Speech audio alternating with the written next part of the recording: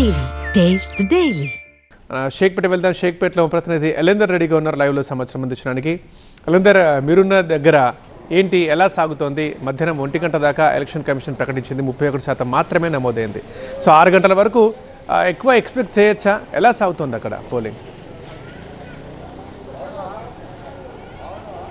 Right, ప్రస్తుతానికైతే expect చేయొచ్చు పోలింగ్కి సంబంధించి, పోలింగ్ సరళి పెరగొచ్చు అనే అవకాశానికి సంబంధించి. కానీ ప్రస్తుతం గ్రౌండ్ లెవెల్లో పరిస్థితి చూస్తే మాత్రం అది కొంచెం కష్టంగానే అనిపిస్తుంది. ఎందుకంటే ఒకసారి మనం చూడొచ్చు, ఇక్కడ 14, 15, 16కు సంబంధించినటువంటి 14, 16, 17, 18, 23 పోలింగ్ స్టేషన్లకు సంబంధించినటువంటి ఒక పోలింగ్ కేంద్రం దగ్గర ఉన్నాము. ఇక్కడ చాలా అంటే చాలా డల్గా పోలింగ్ అనేది జరుగుతోంది.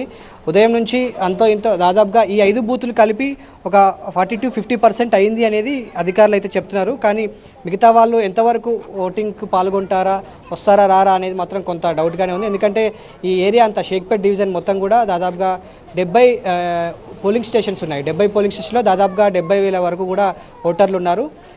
డివిజన్ మొత్తం గురించి మాట్లాడుకుంటే 70,000 ఓట్లలో ఎంతవరకు 100% ఓటింగ్ నమోదవుతుంది అంటే మాత్రం కొంచెం కష్టంగానే ఉందనేది మనకి గ్రౌండ్ లెవెల్లో చూస్తే అర్థమవుతుంది. కానీ అక్కడక్కడ చెదురుముదురు ఘటనలు అయితే, చిన్న చిన్న ఘటనలు అయితే చోటు చేసుకుంటున్నాయి. రీసెంట్గా ఎంఐఎంకి సంబంధించినటువంటి కార్వాన్ ఎమ్మెల్యే కూడా ఇటు షేక్పేట డివిజన్లో చక్కర్లు కొడుతున్నారు, తనకు పాగా వేశారు అనేది బీఆర్ఎస్ ఆరోపిస్తుంది. కొన్ని పోలింగ్ స్టేషన్ల దగ్గరికి వెళ్ళినప్పుడు 1, 2, 3 పోలింగ్ స్టేషన్ కావచ్చు, 67, 66 పోలింగ్ స్టేషన్ల వద్ద కూడా కార్వాన్ ఎమ్మెల్యే అక్కడ పాగా వేసి అక్కడ ఉన్నటువంటి బీఆర్ఎస్ ఏజెంట్లను పంపించి వేస్తున్నారు అనేది అక్కడ ఉన్నటువంటి బీఆర్ఎస్ ఏజెంట్లు ఆరోపిస్తున్నారు. బీఆర్ఎస్ నాయకులు కూడా బయటకు వచ్చి మాట్లాడుతున్నటువంటి పరిస్థితి, కొన్ని వీడియోలు కూడా బయట చెక్కలు కొడుతున్నాయి. దానికి సంబంధించి పోలీసులను కూడా వాళ్ళు ఆశ్రయించినటువంటి నేపథ్యంలో వాళ్ళు ఎమ్మెల్యేతో మాట్లాడి అక్కడి నుంచి పంపించే ప్రయత్నం అయితే చేస్తున్నారు. కానీ వాళ్ళు బీఆర్ఎస్ నేతలు చెప్తున్న దాన్ని బట్టి ఓవరాల్గా కొంత రిగ్గింగ్ జరిగే అవకాశం ఉంది అనేది మాత్రం ఆరోపిస్తున్నారు. కానీ ఎంతవరకు ఆ ఛాన్స్ లేదు.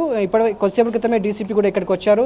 సో సమస్యాత్మక ప్రాంతాల్లో ఇది ఒకటి కాబట్టి మేము పరిశీలిస్తున్నాము, పోలీసులు పహారా అయితే ఉంది, ఎక్కడ అలాంటి ఛాన్స్ అయితే ఇవ్వము.